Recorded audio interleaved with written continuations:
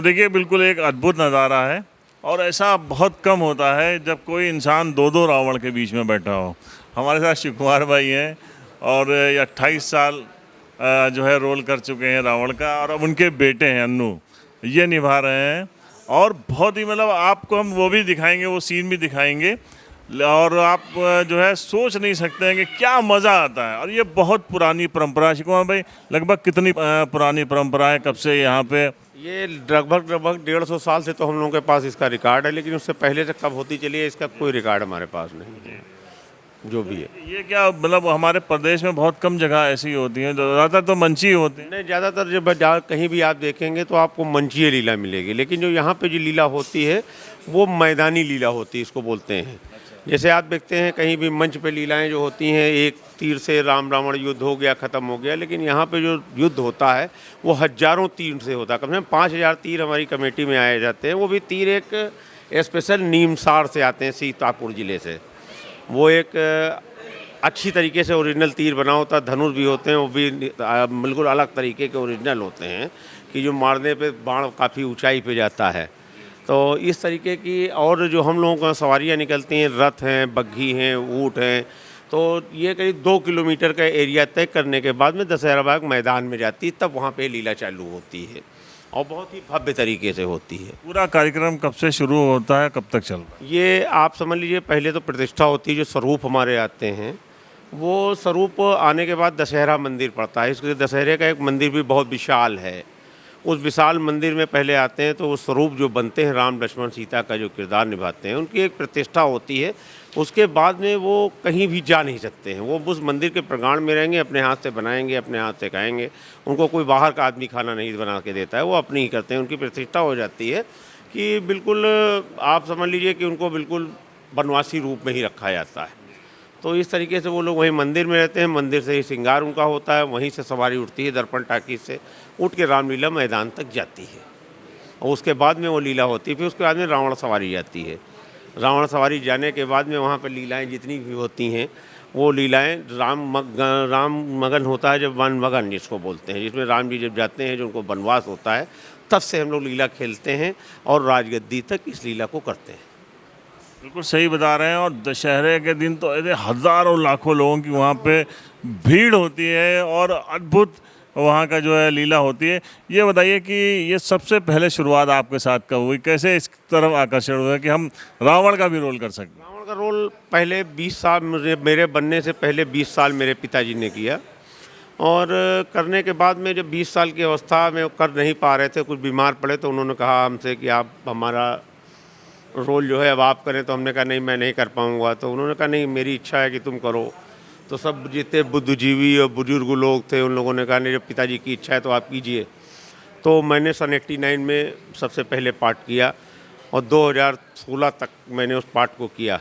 पाठ करने के बाद में जब मेरी भी अवस्था घटने लगी तो हमने सोचा कि इसको क्या करें। तो मेरी तीसरी पीढ़ी, मेरा बेटा अमर सिंह उर्फ अन्नू, ये पाठ करने लगा, तो अब तब से ये निभा रहा है और अच्छी तरीके से निभाते हैं, हमसे भी अच्छा निभाता चला आ रहा है। अच्छा ये बताइए कि जो रावण का किरदार है वो हमारे पूरे देश में एक निगेटिव रोल में उनको माना जाता है। हालांकि रावण बहुत ज्ञानी थे। तो वो जब आप उस रोल में जाते हैं तो उसके बाद क्या चेंजेस आते हैं बॉडी के अंदर या सोच में? चेंजेस में देखिए, एक जो हम लोगों की जब खरदूषण का वध होता है, तब उस जगह पे एक चौपाई आती है, खर दूषण मोह सम बलवंता, मार सके ना विबलवंता। तो वो रावण खुद कहता है कि खरदूषण तो मेरे समान ही बलवान थे, उन्हें कोई नहीं मार सकता है, उन्हें केवल मारने वाले खुद भगवान विष्णु ही होंगे, तभी मार सकते हैं।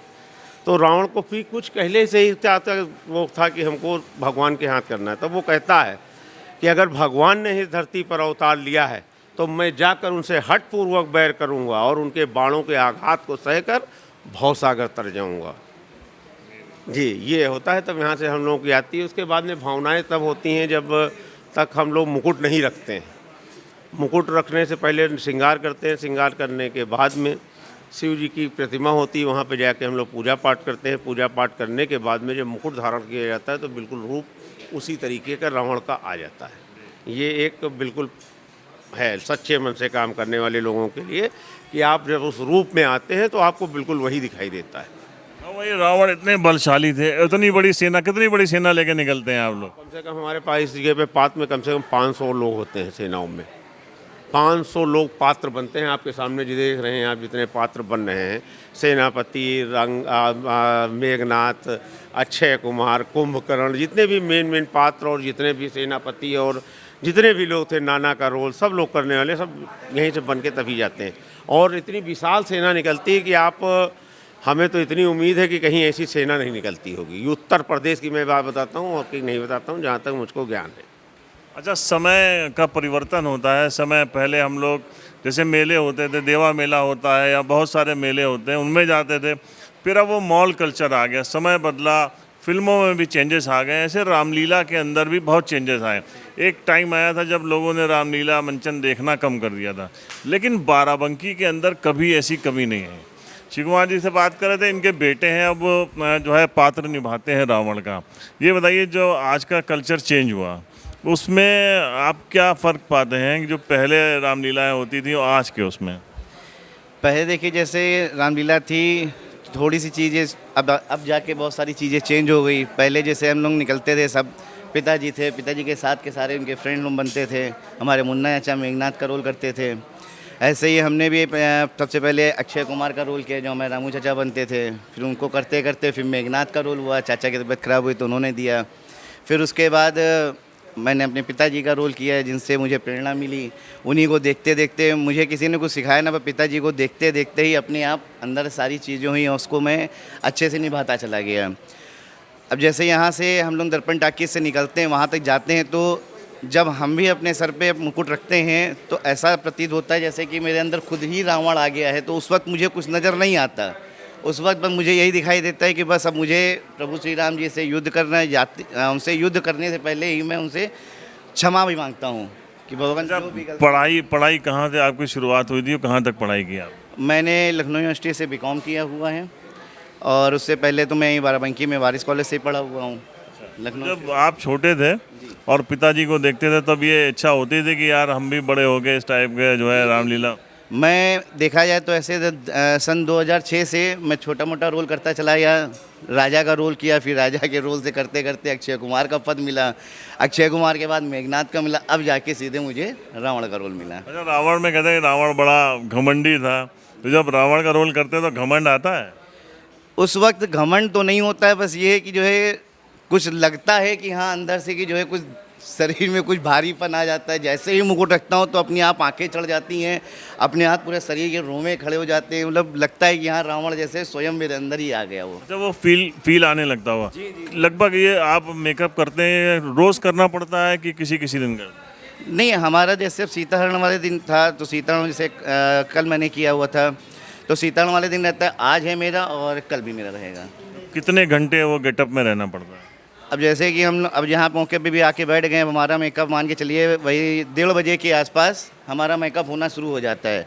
1 घंटा हमारा मेकअप होता है। मेकअप होने के बाद कम से कम आधे घंटे से 1 घंटे हमारी वर्दी पहनी जाती है। फिर हम यहाँ से इसी मंदिर में पूजा करते हैं, फिर आगे शिव जी की पूजा करते हैं, फिर दशहरा मंदिर में जाके पूजा करते हैं। लगभग हम लोगों को 3-3.5 घंटे हम लोगों को लग जाता है। फिर यहाँ से वहाँ तक जाने में 1-1.5 घंटा हम लोगों को ये लग जाता है।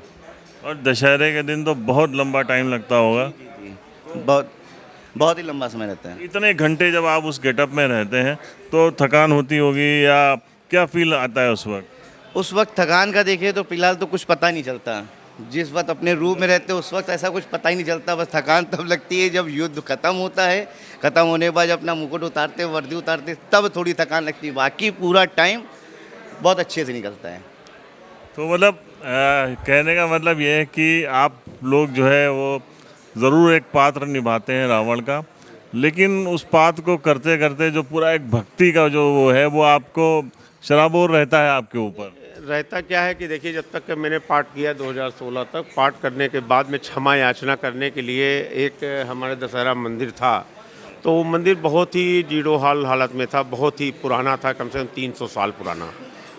तो जब हमने देखा कि हमने काट कर दिया तो प्रभु से क्षमा मांगते मांगते हमने कहा इसका निर्माण कराया, जीर्णोद्धार कराया जाए। तो उस मंदिर का फिर हमने सभी के लोगों के सहयोग से, पब्लिक के, पूरी बाराबंकी के लोगों के सहयोग से करीब 1 करोड़ रुपए लगा के उस मंदिर का जीर्णोद्वार हम लोगों ने किया और आज जाके उसी में पूजा अर्चना करता रहता हूँ, उनकी माफ़ी मांगता रहूँ कि प्रभु जो काम किया आपने उसको क्षमा कीजिए। अनुज जी, आप बताइए, आप बहुत मॉडर्न युग के हैं, पढ़े लिखे इंसान हैं। ये पूरी जो रामलीला होती है, इससे आपको क्या सीख मिलती है और क्या मैसेज देना चाहते हैं आप लोगों को? पहली बात तो सबसे अच्छी चीज़ हमारे लिए ये है कि हर साल मुझे प्रभु श्री राम के हाथों मरना पड़ता है। ये मेरे लिए बहुत ही सौभाग्य की बात है। और जैसे आपने कहा रावण घमंडी था, घमंडी वो नहीं था, वो उसके अंदर थोड़ी सी मैं थी, लेकिन वो चाहता था कि जो है पहली बात तो वो अपने साथ साथ अपने बेटे, अपने पुत्र, सभी लोगों को उसने मरवाया। वो चाहता था कि भगवान के ही हाथों सब मरें, तब जाके वो आखिरी में स्वयं प्रभु के पास जाता है। और वो जब मरता है तो उसको मालूम था कि जब मैं मरूंगा तो मुझे पता है वो मरने के साथ साथ भगवान श्री राम को अपने सामने ही लेके आता है, जो कि बहुत ही किस्मत वाले होते हैं कि मरते वक्त भी रावण जो है राम जी को दर्शन पाते हुए ही अपने प्राणों को त्यागा था।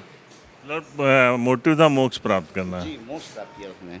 अच्छा, आज का जो समाज है, आज का जो युग है, उसमें डिस्क्रिमिनेशन बहुत है, दूरियां बढ़ रही हैं, और ये हमेशा से जो राम का किरदार है वो हमेशा से, जैसे उन्होंने शबरी के खाए भेदभाव मिटाए, तो ऐसे में आप क्या संदेश देना चाहते हैं समाज को? देखिए, दूरियां लोग जिस हिसाब से अपने हिसाब से बढ़ा रहे हैं, और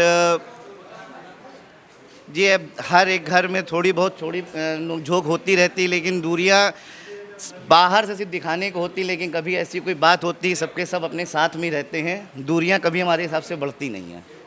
बहुत अच्छी बात ये कह रहे हैं, बहुत ही मज़ा आ रहा है। और हम आपको दिखाएंगे इसके बहुत सारे जो है यहाँ पे जब ये यात्रा निकलती है तो कैसे पहुँचती है, युद्ध कैसा है, पूरा वर्णन हम आपको लाइव सजीव वर्णन का दिखाएंगे और यकीनन आपको बहुत मज़ा आएगा। तो बाराबंकी से द पॉलीग्राफ के लिए परवेज़ अहमद की रिपोर्ट।